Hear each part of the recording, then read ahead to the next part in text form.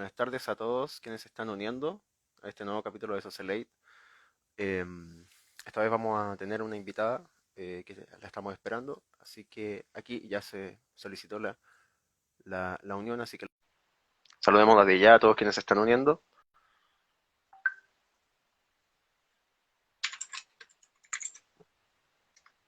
Ya, ahora sí. Hola, hola. Muy buenas tardes. ¿Cómo estás? Muy bien, gracias. ¿Y usted?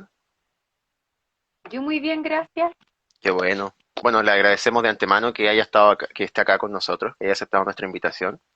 Vamos a esperar 2 minutitos más a que se una más gente. Aquí está la profesora Caroline Weinstein. La saludamos también. ¿Cómo está, profe? Vamos a Hola. esperar 5 minutitos más. No, perdón, menos. 2 minutitos más y estamos listos. ¿Ya? Sí, porque estamos justo en la hora ya. Así que por mientras, Sí.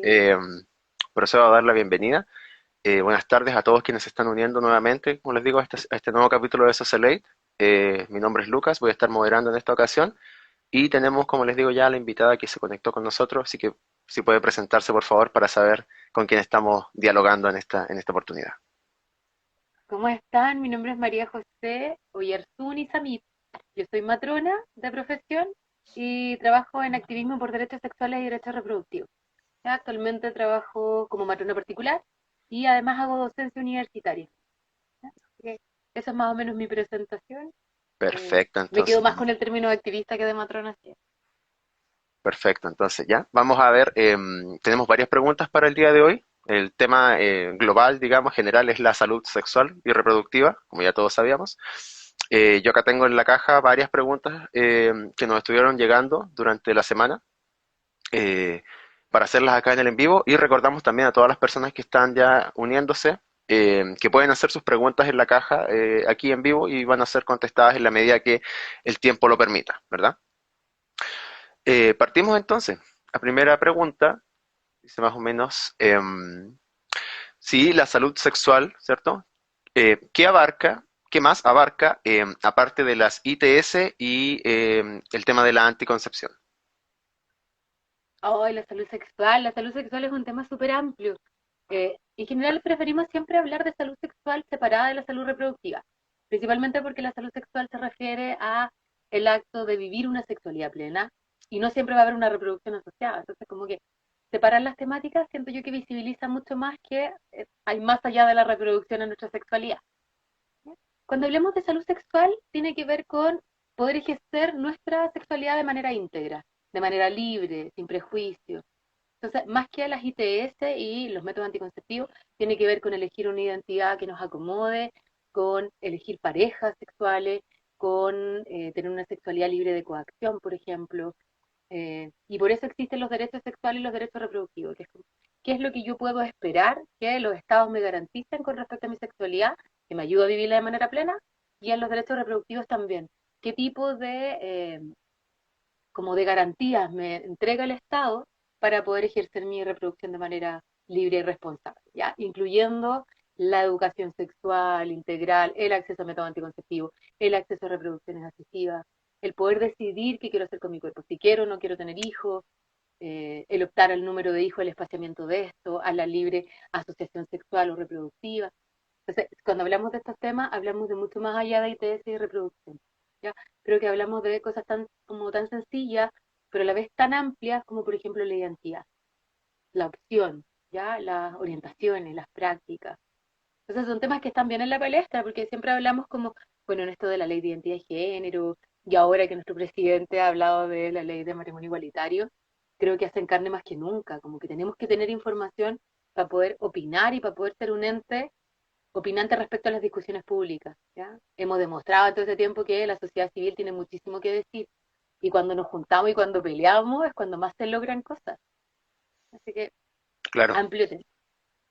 claro, bastante amplio, la verdad, según lo que me cuenta. Em, si También me hablamos puedes en tutear, términos, compañero, no hay problema. no, prefiero que no, prefiero mantener el respeto. ¿Cuál es hablando en términos de sexualidad en niños, en los menores de edad, ¿cierto? ¿Cuál es la mejor edad para hablar o desarrollar temas respecto de sexualidad con un niño, con una niña, con un niñe ahora? Mira, la verdad es que hay experiencias extranjeras. que se han visto que están muy documentadas por UNESCO principalmente, donde se ha visto que mientras más jóvenes los abordamos, mucho mejor es la comprensión de la sexualidad, entendiendo la sexualidad como más allá que un acto coital o que tenga que ver con genitalidad, ¿ya? Yo sé que hay mucha gente que está en desacuerdo con el tema de la educación sexual en personas jóvenes, porque piensan que principalmente vamos a enseñarles, no sé, Kama Sutra, o vamos a Claro, hipersexualizar a las niñas. Pero la verdad es que cuando uno parte con niños muy jóvenes, lo que hace es relacionar esta sexualidad con autocuidado, por ejemplo, eh, con prevención de abuso, con aceptación corporal, con una aceptación de la identidad, con una construcción de este ser social que queremos llevar a compartir con el resto relaciones interpersonales sanas. Entonces, si me preguntas a mí, yo creo que desde que la persona tiene capacidad de entender, desde los 4 o 5 años ya empezar a hablar respecto a partes del cuerpo, a cuidados, por ejemplo, como tan sencillo como cepillarse los dientes. Cuando le educamos a una persona en el autocuidado como el baño, la actividad física, la alimentación, la higiene básica, lo que hacemos es fomentar este autocuidado. Entonces, cuando son más grandes y empiezan a tener relaciones interpersonales, ya el uso del condón o métodos de barrera les parece súper lógico porque ya entienden que tienen que cuidar su propio cuerpo, ya tienen conductas de autocuidado. Entonces, mientras claro, antes mejora, a mi juicio. claro.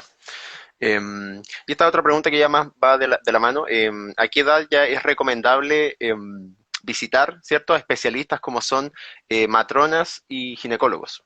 Para, Mira, yo la verdad es que creo que desde siempre, creo que debe ser como cuando uno lleva a los niños al médico, al pediatra, eh, debe ser desde siempre, deben tener como esta cercanía con el personal de salud, que no va a tener un rol, que esto es lo que esperamos con estos nuevos enfoques de atención de salud, que no tengan un rol como conductivo, que no haya como esta obligación de o el guiar hacia, sino que la entrega de información para que se pueda tomar decisiones. Primero un representante o padres y después las propias niñas puedan tomar sus decisiones de alguna manera bien informados. Entonces, yo siempre sugiero que frente a estos hitos iniciales, por ejemplo, eh, no sé, de cuando empiezan a haber como interés por un otro, o cuando empiezan a haber procesos como el espermarca, que es la primera eyaculación en una persona con pene, o la menarquia en una persona con vulva, ojalá empezar a acercarse ya a los profesionales de salud para poder tener este acompañamiento. Básicamente entendiendo que la información es poder. claro, claro. Esta es una pregunta que que se repitió bastante y que es una pregunta que es como que todo el mundo se hace. Y tiene que ver tanto para hombres y para mujeres, y es que si después de la primera relación sexual el cuerpo debiese cambiar o debiese haber algún cambio físico, algún cambio psicológico a veces, que generalmente son como varios, son mitos muchas veces, al menos a mi juicio, pero aquí usted es la experta para que nos responda eso. Sí, siempre se habla como del cambio, especialmente a las personas con útero, con vulva, que se dice que cuando empiezan a tener actividad sexual penetrativa, como que se ensanchan las caderas o que crecen las mamas. La Claro, verdad es que no hay cambios relacionados solo a la actividad sexual. Hay cambios relacionados a lo hormonal por este como desarrollo de caracteres sexuales secundarios a este ultra mega trabajo que están haciendo las hormonas en el cuerpo de las personas jóvenes. Pero la verdad es que no. De hecho, yo soy una convencida de que si bien el concepto de imen está, no en muchas mujeres, en algunas no tienen himen, en algunas otras el himen se rompe por otras características, pero también de desmitificar este concepto de la virginidad, ¿ya? Como hablar de la virginidad como un paso, o como un entregar algo, o como esta lógica de que si nunca he sido penetrada vaginalmente, entonces como que no tengo relaciones sexuales, este concepto de virginalidad, también creo que deberíamos ir empezando a replantearlo, ¿ya? Dándole la importancia que tiene. ¿Ya? La virginidad es un concepto absolutamente social, que no marca ninguna diferencia entre una persona que ha tenido relaciones sexuales penetrativas y otra que sí. Entonces, yo creo que aquí siempre tenemos que empezar a desmitificar algunas cosas, principalmente para que las personas logren entender que esto de la virginidad es como entregarle algo a alguien y los cuerpos son propios. O sea, uno no le entrega nada a nadie. Esto es compartir instantes de actividad sexual, un coito o otro tipo de actividad sexual no penetrativa, pero no nos estamos quitando nada ni estamos entregando nada. Entonces también aquí cuestionarnos un poco, hablar respecto a qué pensamos, qué es para nosotros, más que en lo físico, tal vez como en lo psicológico, lo que hablabas tú de los cambios psicológicos. Creo que tenemos que empezar a replantearnos los conceptos que fueron muy inculcados por la Iglesia Católica además. en un contexto como de la sexualidad como algo punitivo y la reproducción claro. como único objetivo de la sexualidad. Entonces creo que aquí tenemos que ir dándole unas pequeñas vueltas. Es que en general creo que es un tema en el que hay que trabajar mucho todavía. Sí. Otra pregunta nos preguntaron durante la semana si es normal que las primeras experiencias sexuales de hombres se produzca una eyaculación precoz y si es así, ¿qué factores influyen en el desarrollo de esto? Oh, yo no podría generalizar, ¿ya? Cada persona es un mundo distinto, pero sí se ven algunos factores comunes cuando hay un inicio de actividad sexual.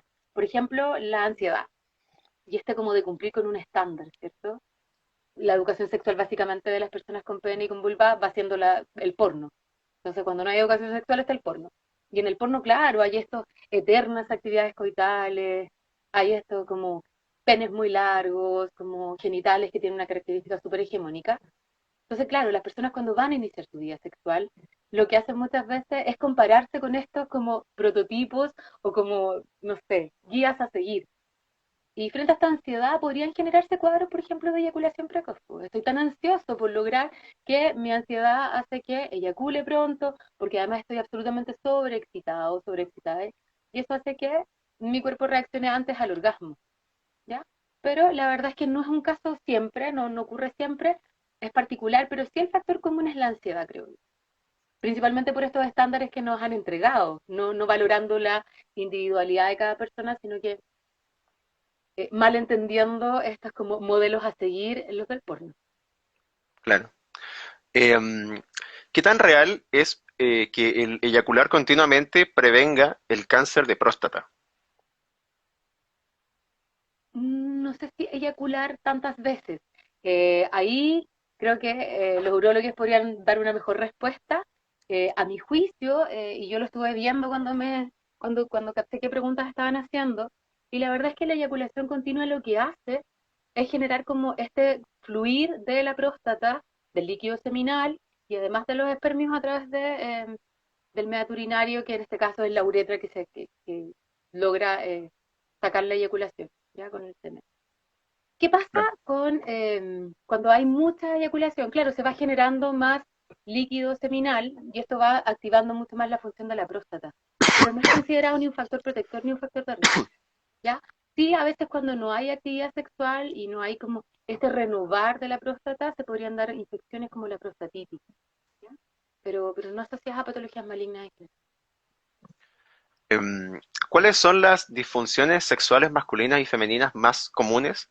¿Y cómo debería reaccionar si noto que mi pareja presenta alguna? Mira, en general las disfunciones sexuales más frecuentes en personas con vulva suelen ser como la baja de deseo, ¿ya? Generan esta como es la consulta respecto a, mira, me siento incómoda porque estoy teniendo poco deseo sexual, pero sin considerar las variables múltiples del deseo sexual, ¿ya? Generalmente lo asocian y van en búsqueda de una pastilla como el Viagra que me haga querer tener actividad sexual, no entendiendo el uso del Viagra también, ¿ya? El Viagra también se ocupa como elemento que ayuda a una eyaculación, o perdón, a una erección, pero no aumenta el deseo sexual. Entonces, claro, las personas llegan buscando como la Claro. dosis mágica, esta ¿Mm? pastilla que me mejore todo, cuando el deseo sexual es multifactorial. Entonces, no podemos achacarlo solo a la falta de deseo porque, no sé, estoy poco estimulada por mi pareja, puede ser también que estoy con exceso de estrés, que tengo muchas necesidades, no sé, del tipo como académicas, ¿sabes? Entonces, esta es una de Claro, las principales consultas de las personas con vulva, la baja de deseo, también comparándola con otros. Es que mi amiga, es que mis vecinos, es que yo antes con mi otra pareja, o muchas veces porque las parejas tienen esta como eh, no unanimidad en como el deseo sexual, sino que hay uno que tiene más deseo que el otro, que es absolutamente normal, si es cosa de conversar y ceder y poder ir como llegando a acuerdos.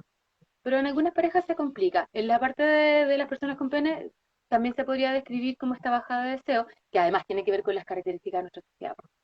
El exceso de trabajo, el no estar nunca acá, ya esto de estar en cualquier lado, estoy teniendo actividad sexual pero estoy pensando que compro mañana en la feria o que tengo que ir a buscar ropa en la lavandería.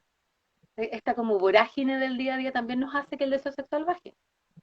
Y en el caso de ya como más funcionales, así como ya más físicas puramente, tiene que ver con la problemas de eyaculación precoz en las personas con pene y también con problemas de como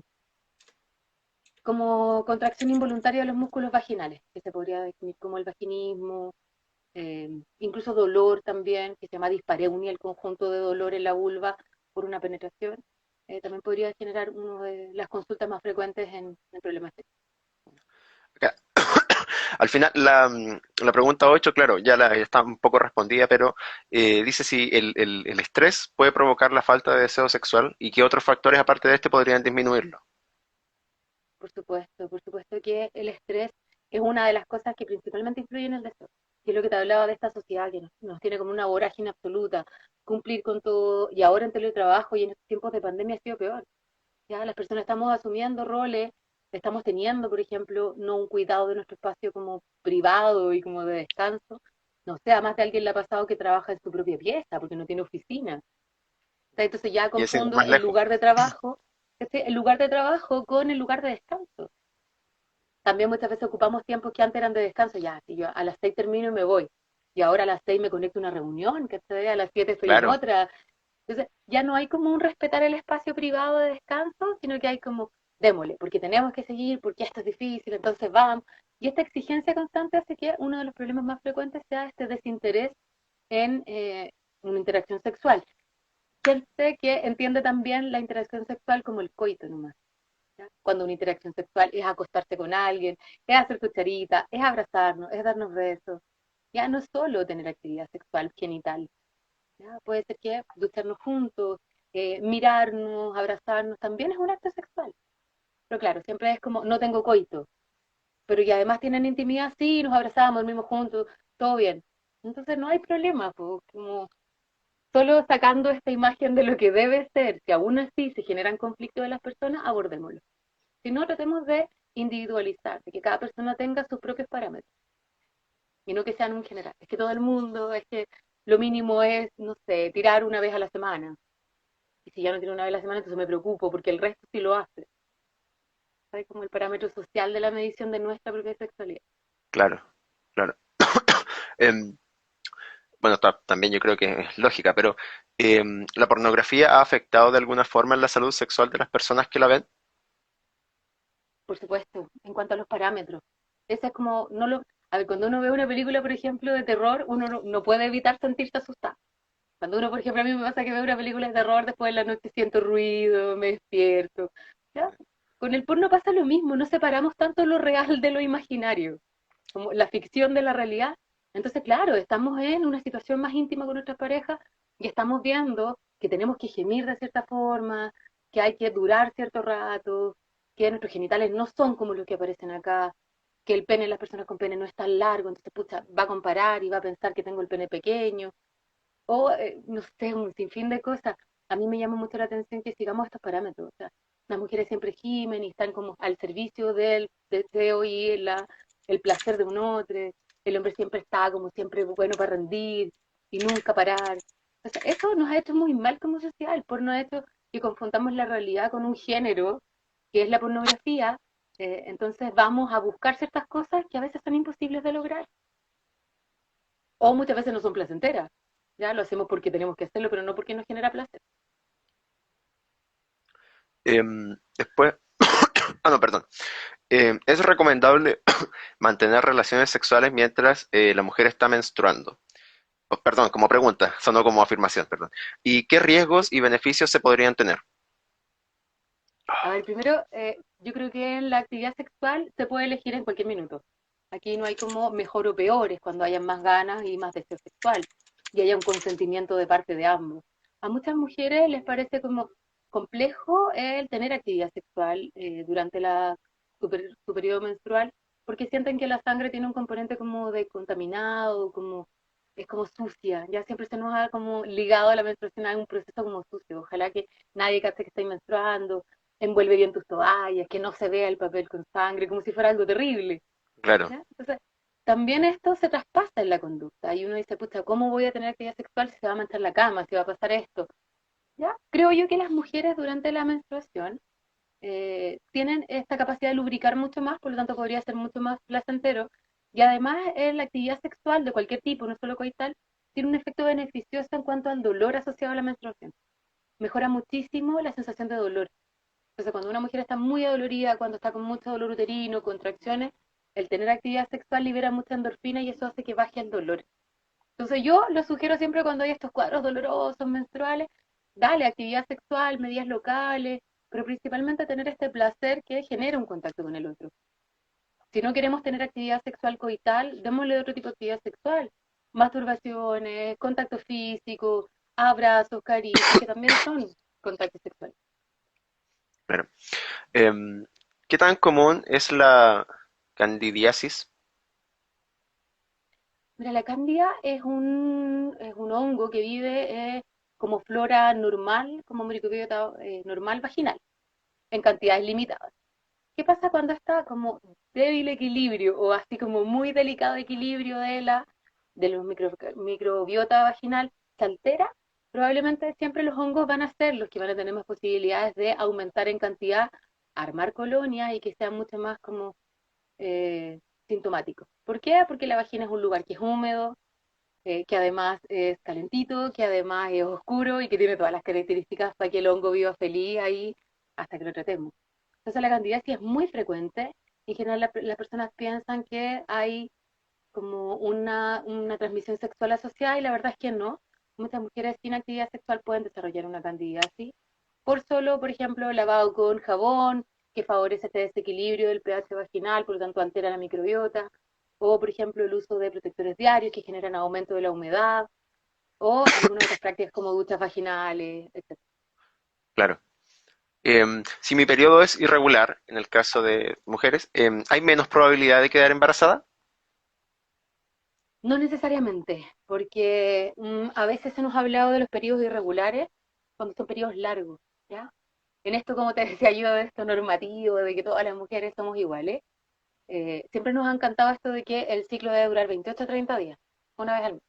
Pero hay ciclos que duran 40 días o 45, ¿ya? O menos, o 25. Entonces, ahí hay un margen grande donde podemos como tener menstruación. Entonces, esto que la menstruación no sea todos los 9 de cada mes, no significa que haya una menstruación irregular. Muchas veces las menstruaciones pueden ir variando de mes a mes según el estado anímico, el nivel de estrés, la alimentación, dietas especiales, ejercicio físico. Entonces, ahí hay muchos factores, pero por eso no podemos decir que si hay un sangrado irregular es porque hay una baja en la fertilidad. Muchas veces las mujeres se confían, ¿ya? Hay mucho en esto de, no, me dijeron que mis sangrados irregulares son por síndrome de ovario poliquístico y como tengo ovario poliquístico no me puedo embarazar, ¡pum! Y se embarazan de una. Entonces, cada caso es especial, no podemos generalizar tanto, pero sí lo que puedo generalizar es la información de que los ciclos no son una vez al mes, de que hay variaciones porque somos personas variadas. Entonces sería ilógico pensar que todos tenemos reglas cada 30 días. Claro. Em, ¿Qué provoca que los periodos de un grupo de amigas estén coordinados? Oh, es difícil la pregunta porque no hay como un factor que sea, por ejemplo, en las vacas existen, animales de ganado sí existe, que como que sintonizan sus periodos hormonales por el tipo de alimentación, porque están todo el tiempo juntas, pero en general por esto de como los grupos de amigas se habla de que también pues, hay una sincronización hormonal, pero la verdad es que no está probado, no hay como evidencia al respecto, no es que tiremos un cierto tipo de como feromonas, entre comillas, que hagan que podamos estar menstruando todas juntas. Pero en general tenés que pensar que somos animales de costumbres, entonces cuando siempre estamos cerca de personas vamos a ir acomodando eh, nuestras, como nuestros procesos al otro nomás, por un tema de imitación. Y nuestros cuerpos también se van acomodando. Recordemos que todo lo hormonal tiene que ver también mucha parte de como lo mental. Así que puede ser una alternativa, no hay demostraciones como bibliográficas, pero quién sabe si están en proceso de desarrollo. Claro, claro. Em, ¿Qué tan fiable es el método, perdón, sintotérmico? O la verdad es que yo soy una convencida de que todos los métodos tienen su grado de efectividad según el usuario. Ya aquí depende mucho de la persona que lo use. Hay pastillas que son efectivas y que son poco efectivas, que esto hablamos del uso real y del uso como ideal, ¿ya? Y ahí se calculan distintos grados como de efectividad. El uso ideal es bajo condiciones todas sometidas y lo que debería ser según el fabricante, y el uso real es que se me olvide la pastilla, que hoy día tengo vómitos y la vomité. que estoy con problemas intestinales y tuve diarrea y no la absorbí igual. ¿Ya? Entonces, en general los métodos todos tienen su rango. Método sintotérmico es un método natural basado en la observación de la fertilidad. Se miden bastantes parámetros para ver en qué etapa del ciclo menstrual estoy. Y si somos súper como constantes con el método sintotérmico, hay que ser mateas aquí. Esto es toma de temperatura basal, eh, visualización del moco cervical, posición del cervix, y además seguir el tema del calendario. Mientras más parámetros mido y más así como acuciosa soy en el registro y el análisis de los datos, perdón, mucho más van a ser efectivos. Así que el método sintotérmico a mí me parece un método muy efectivo si realmente lo hacemos bien, este uso real, y si además lo acompañamos de métodos de barrera en los días en que estamos con más riesgo de embarazo, aún mejor. Em, ¿Qué cuidados? Aquí las preguntas van bien, como que no vamos siguiendo una línea porque Ah, están llegando en el mismo orden en el que, en que nos llegaron a nosotros, pero ¿qué cuidados bien debería preguntado. tener una mujer al llegar a la menopausia, al periodo de la menopausia? Yo siempre creo que nos han asustado mucho con el periodo de la menopausia o el climaterio, ¿ya? Porque menopausia es el acto de la última menstruación, el día. ¿Tu menopausia cuándo fue? El 9 de junio, ¿ya? Versus el climaterio, que es esta etapa que es antes y después, y que acompaña esta baja hormonal que va a generar la menopausia. Entonces, creo yo que lo que podemos hacer para prepararnos para este estado de climaterio, primero es llevar hábitos saludables. Se ha visto que, por ejemplo, en las mujeres que son más obesas, las alteraciones hormonales se notan más patentes. En las personas que tienen, por ejemplo, hipertensión.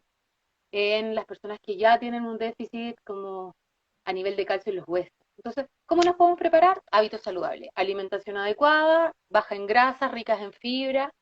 Ojalá siempre estar haciendo actividad física para disminuir la carga que le damos a nuestros huesos y además favorecer como la circulación venosa, ¿cierto? Tener un sistema que esté trabajando, un metabolismo que esté trabajando rápido también.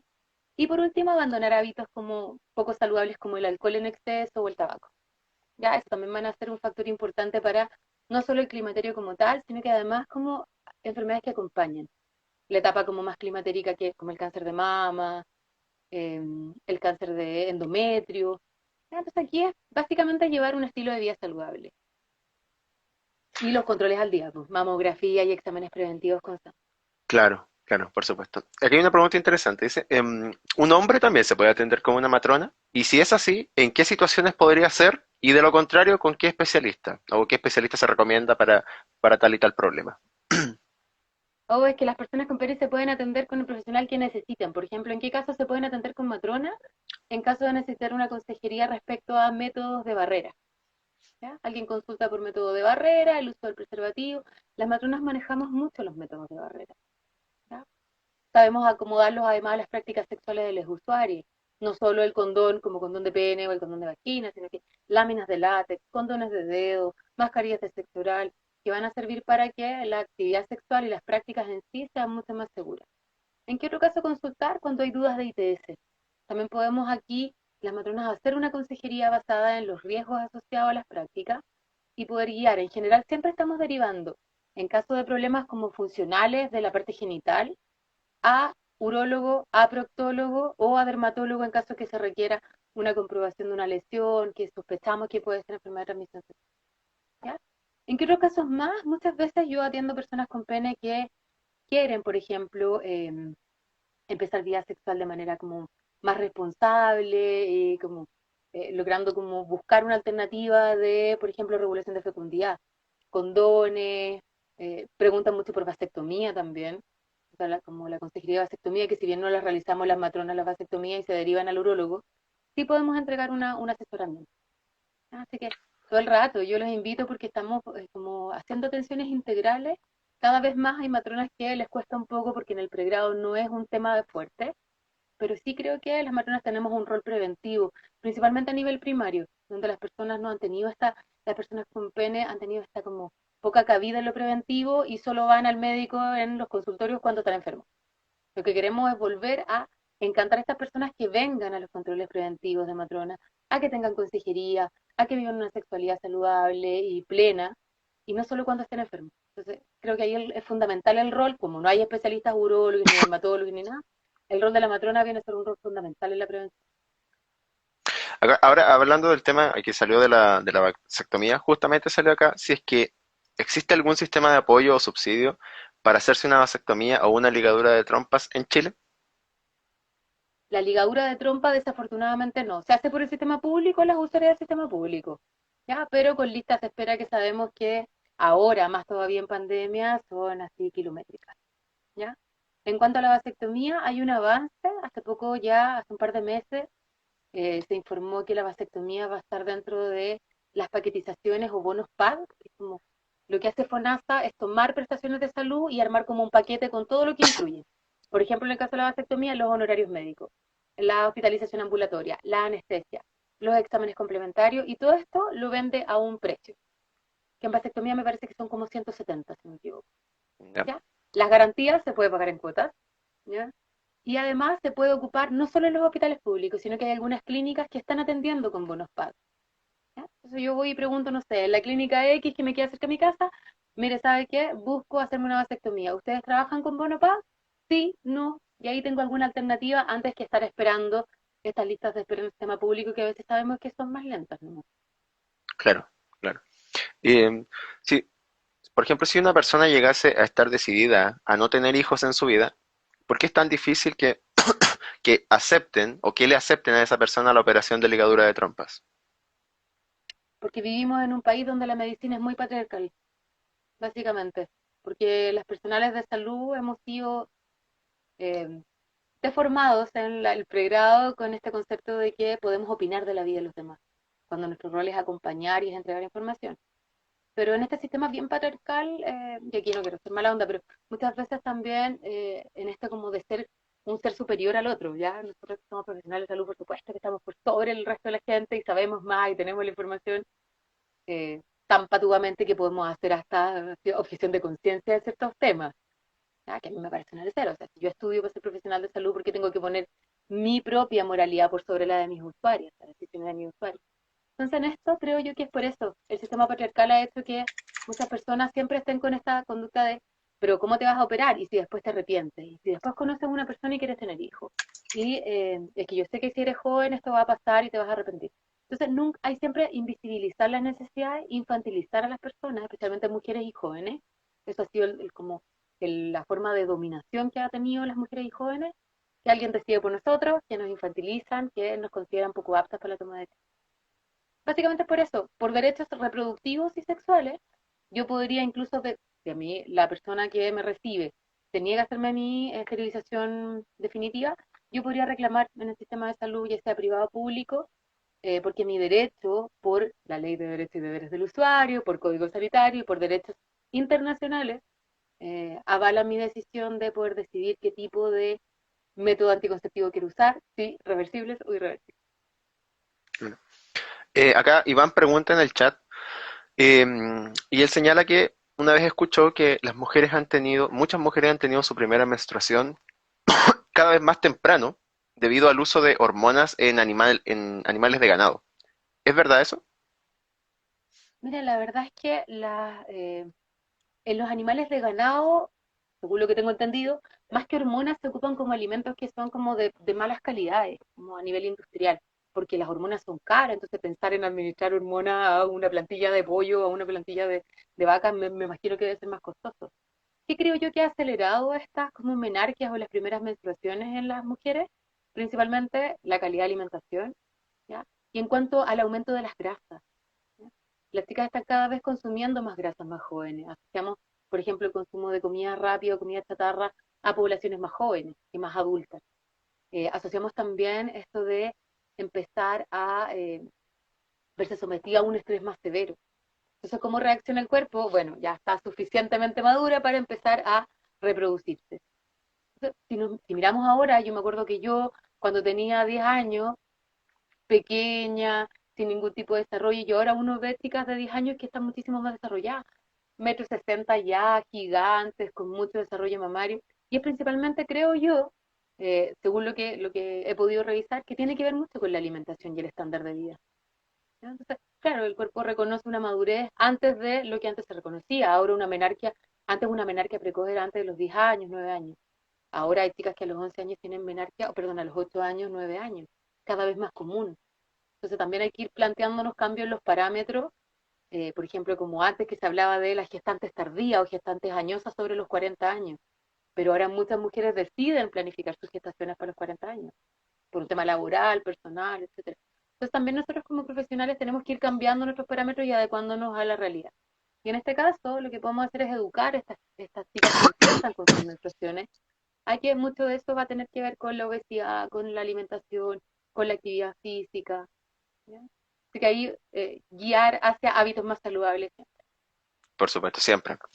Em, ¿Por qué no debo consumir cualquier tipo de anticonceptivo oral si yo solo me quiero cuidar, digamos?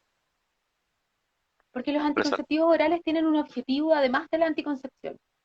¿Ya? El anticonceptivo oral, principalmente las pastillas, traen componentes que van a estar como sugeridas en ciertos cuadros. Por ejemplo, cuando una persona tiene mucho dolor menstrual, cuando los sangrados son largos, cuando son abundantes, si tengo acné relacionado con los cambios hormonales, si me empezaron a aparecer vellos y tengo hirsutismo, si tengo el pelo graso, la piel grasa, van a haber pastillas anticonceptivas que van a ser más específicas para tratar ciertas sintomatologías.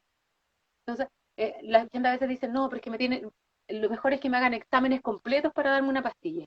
Y la verdad es que no, muchas veces uno puede aconsejar y guiar en el tema del uso de anticonceptivos solo haciendo una buena entrevista, una buena anamnesis completa y un examen físico adecuado. ¿Ya? No necesitamos pedir ni TAC, ni ecografía, cuando hay alteraciones, por supuesto, pero en una persona que no tiene factores de riesgo, que no tiene patologías actuales, y que tal vez no es la premura, por ejemplo, ahora en pandemia, no es la urgencia hacerse una eco de control, ¿ya? Podríamos esperar un rato si no hay factores de riesgo asociados. Entonces, en esas personas se elige así, se elige como, sirven todos para anticonceptivos, pero hay algunos usos especiales según las características propias de cada persona. ¿Qué métodos anticonceptivos, aparte del clásico preservativo masculino, existen para hombres? O se han hecho tantos estudios en las personas con pene para el tema anticonceptivo, y la verdad es que pocos han visto la luz, ¿ya? Actualmente está solo el condón de pene y está también, hay una técnica que ha costado que llegue a Chile, está como bien poco masiva, pero se llama Basal Gel con V. Basal Gel es una técnica donde se inyectan los conductos deferentes, un gel que lo que hace es hacer como una función de esterilización, ¿ya? Tapa el conducto y hace que los espermios no se junten con el líquido seminal y no se eyaculen. ¿Ya? Esta como basal gel tiene una duración de 13 años y lo importante es que se puede revertir. ¿Ya? ¿Ya? Si uno la quiere revertir antes de tiempo, se puede de alguna forma degradar este gel y hacer que el conducto se vuelva permeable otra vez. Y eso logra que las personas puedan regular también sus procesos de fecundidad. Aquí siempre los expertos son los urólogos, que son los que llevan este tipo de cirugía. Son cirugías menores generalmente, que no requieren hospitalización, con anestesia local, que no requieren como bisturí, son como la vasectomía sin bisturí, donde es absolutamente más fácil, por lo tanto bajan los costos asociados a la cirugía. Por eso, por ejemplo, cuando me preguntaban lo de la esterilización tubaria, en las personas con útero es mucho más costoso, porque ahí lo que hay que hacer es cortar, sí o sí, entonces hay que dejar hospitalizada, la anestesia es anestesia epidural o raquidia, que ya requiere un día por lo menos de observación, entonces los costos se van como Van encareciendo. aumentando, claro. ¿Existen o se están estudiando anticonceptivos hormonales masculinos? Y de ser así, ¿por qué es tan desconocido, digamos, y se ha demorado tanto comparado con los femeninos?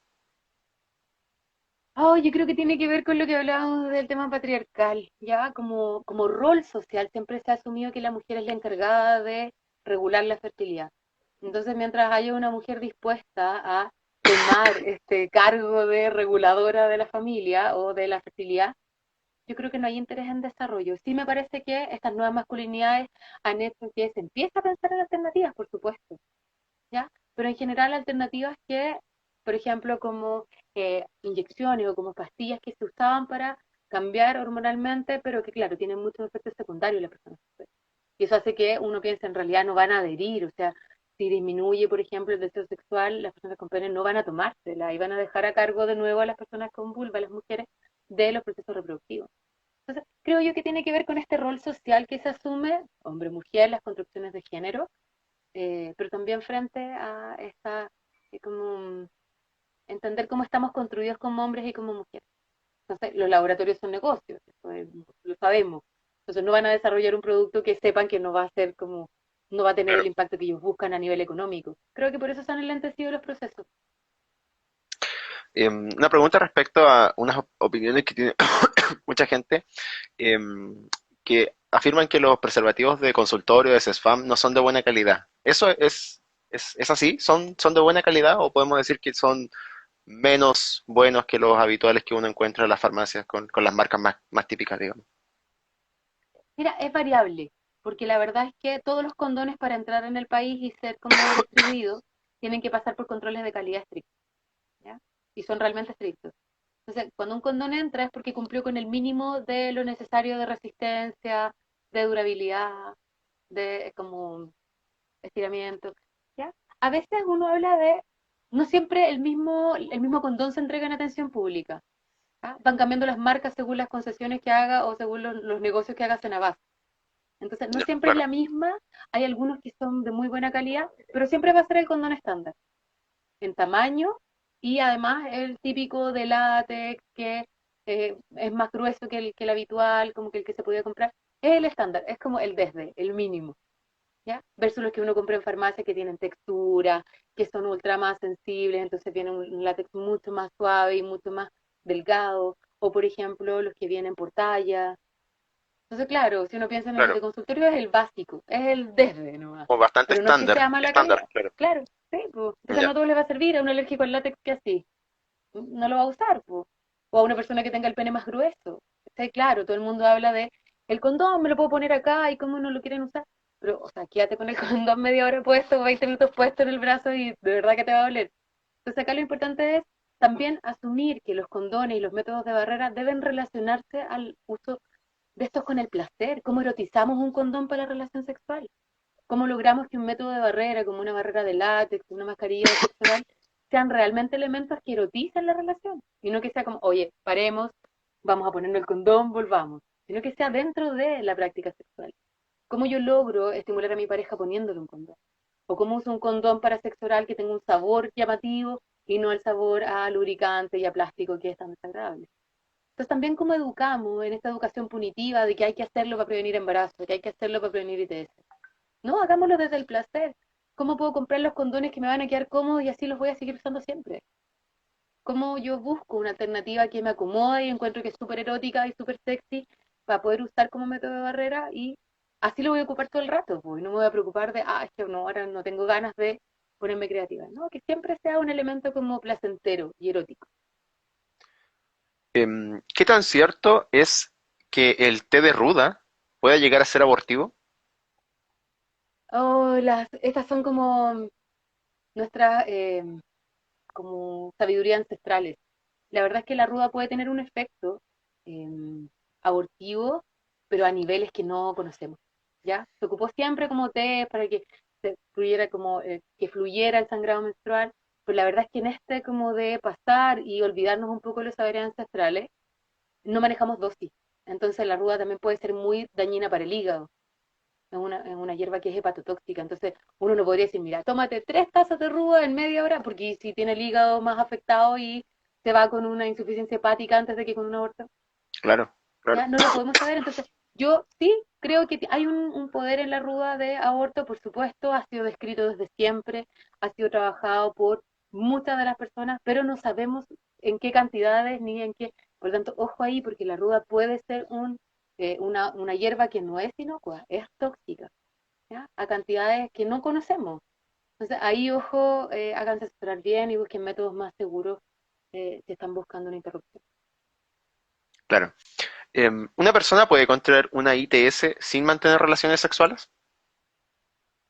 Si nos referimos a relaciones sexuales como coito, sí se puede, porque puede ser incluso con uso de juguetes sexuales compartidos, ¿ya? Por ejemplo, cuando hay contacto de fluido, no sé, dos personas con vulva y comparten un dildo, por ejemplo, o un juguete vibratorio externo.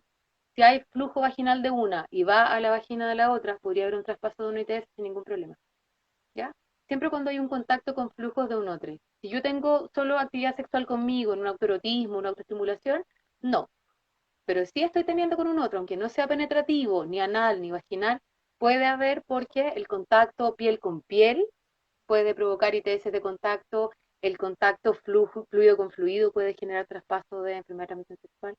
Así que no, así que no tenemos penetración, estamos bien. No, ojo ahí porque hay muchos tipos de ITS y estas ITS tienen distintos mecanismos de transmisión. Claro, claro. Bueno, acá hay una pregunta que está como contextualizada. Dice, mi pareja me contó que tenía VIH y no supe cómo reaccionar en ese momento. ¿Cómo debía haber actuado y qué cuidados debemos tomar al respecto? Mira, en general las personas viviendo con VIH, si bien antes había como mucha alarma respecto al VIH porque se consideraba una enfermedad que era mortal, ahora se considera una enfermedad crónica, ¿ya? Uno puede Sí, vivir con el VIH y morirse de un accidente en el auto, un atropello y no de VIH, ya no, que nunca llegue a ser SIDA. Entonces, en estos casos, primero valorar la honestidad, ya nadie está obligado a contarle a otro que vive con VIH, por ley incluso, ¿ya? Entonces, yo puedo guardarme mi propio, así como, eh, cero positividad solo para mí misma y no compartirla con mi pareja incluso. No estoy cayendo en ningún tipo de acto ni malintencionado, ni ilegal, ni de peligro de la salud pública. Entonces, valorar la honestidad y empezar a acompañar. El VIH es una enfermedad que a nivel social es importante de que perdamos estos como prejuicios y mitos, ¿ya? La gente con VIH, más que sufrir, en la mayoría de los casos de la enfermedad como tal, sufre de la discriminación. Entonces, aquí es tomar, acompañar en los procesos y de qué forma tenemos que actuar frente a una pareja que vive con VIH. Ojalá siempre el uso de métodos de barrera en cada contacto sexual, incluso aunque los dos vivamos con VIH, porque pueden haber distintas cepas que podrían potenciarse o así como volverse mucho más malignas o más como eh, capaces de enfermar cuando hay contactos. Entonces, siempre el uso de métodos de barrera y recordar que la adherencia a los sistemas de salud en personas que viven con VIH es fundamental. Que las personas sepan que tienen que usar sus medicamentos cuando así lo han decidido, que tienen que ir a sus controles. Recordar que una persona que vive con VIH, que está bajo control y toma todas las medidas necesarias en cuanto a su terapia antirretroviral, a su actividad como hábitos diarios, podría llegar incluso a niveles indetectables, donde la carga viral es tan baja que podría ser incapaz de transmitirlo a otra persona. Como no sabemos exactamente, siempre se recomienda el uso de métodos de barrera. ¿En qué caso se recomienda dejar de usarlo? Por ejemplo, si una pareja que vive cero discordante, uno positivo y el otro negativo, quisiera, por ejemplo, gestar. Entonces ahí sí hay que evaluar y cuando hay cargas indetectables, pueden tener actividad sexual sin método de barrera para lograr una gestación. ¿Ya? Pero en general como método preventivo se recomienda siempre el uso de preservativos, condones, básicamente condones de vagina o de pene, y en caso de que estemos muy seguros de que hay una indetectabilidad, si así lo eligen, también pueden tener actividad sexual sin, pero solo bajo cierta condición, ahí es como, hay que analizarlo mucho más caso a caso. claro. O sea, al menos yo lo que tenía entendido es que, si no me equivoco, antes del tema de COVID-19, la última gran pandemia que hubo en el mundo como tal fue el SIDA. Y claro, como bien dices tú, el SIDA ya no es una enfermedad mortal. Hoy en día prácticamente nadie muere de SIDA y las personas pueden llegar a tener alguna vida relativamente normal, pero todavía no tiene una cura tampoco como tal. Entonces hay que tener ese cierto cuidado y como bien decías tú también creo que va más por el tema como social, más que la enfermedad en sí. Exacto. Más como este vacío social que hay. Igual, ojo, porque muchas se ha hecho la comparación como, ya, y ahora si en COVID usamos la mascarilla, entonces con el VIH usamos el condón.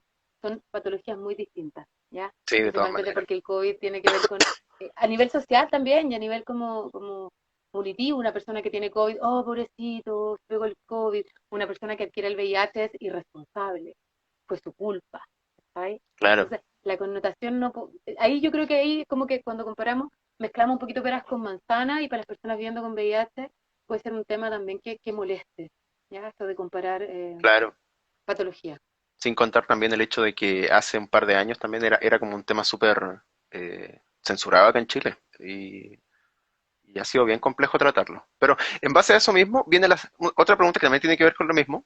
Y de hecho todas las que quedan tienen que ver con lo mismo. Y preguntan si es verdad que una persona infectada con VIH, la cual ha sido responsable con su tratamiento, no es infectante.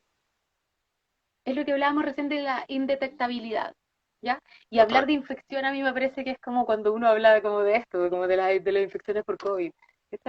La persona no está infectada de VIH en general, vive con VIH. Pues como le decía, es como una patología crónica. Entonces, como personas que viven con VIH y en esto de infectar o no, se le da cuando hablamos de infección, le damos un contexto muy patológico. Entonces, ojalá ocupar términos como transmisibilidad o adquirir el VIH, ya, más que como el concepto de infectar. Sí, Hay de otros todas, conceptos que se ocupan más, las personas más duchas en VIH sabrán cuáles son estas como lenguaje consensuado respecto a, pero siempre tratar de como darle la característica positiva. ¿Ya? Sí, las personas pueden vivir con VIH sin transmitirlo en las relaciones sexuales cuando hay indetectabilidad viral, que son cargas muy bajitas virales en sangre y en fluidos, lo que permite que puedan tener actividad sexual o puedan tener algún contacto sangre sin necesariamente traspasar este virus a la otra persona. sí, de todas maneras el tema de los lenguajes y algunos términos que se usan en esta enfermedad y en otras tienen que cambiar de todas maneras. Y si hablamos en términos, por ejemplo, ya de números o de estadísticas, ¿qué tanto ha aumentado el contagio de VIH en Chile durante esta última década? Década. Mira, yo creo que aquí lo que marcó en nuestro país, como muchas, como también nuevas políticas, fue el informe de ONU-SIDA del 2017, donde dijo que Chile había sido uno de los países donde más había aumentado las notificaciones por VIH.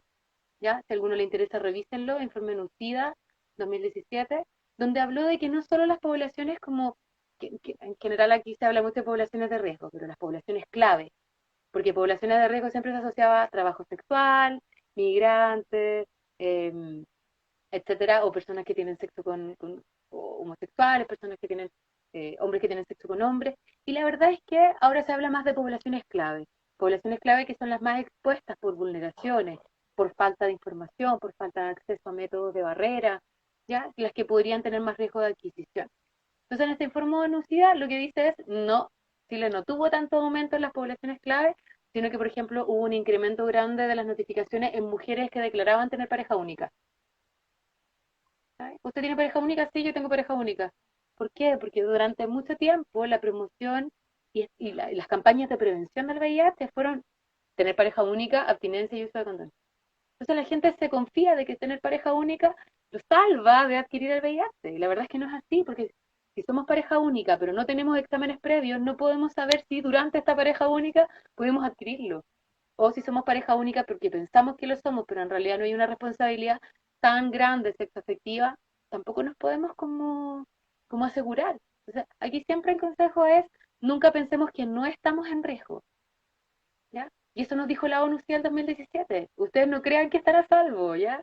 Los jóvenes aumentaron la notificación, los adultos mayores, porque invisibilizamos la sexualidad de estos grupos etarios de los extremos. Entonces, ¿por qué? Porque siempre nos dijeron que las personas que están en plena edad reproductiva son las que más adquieren el VIH.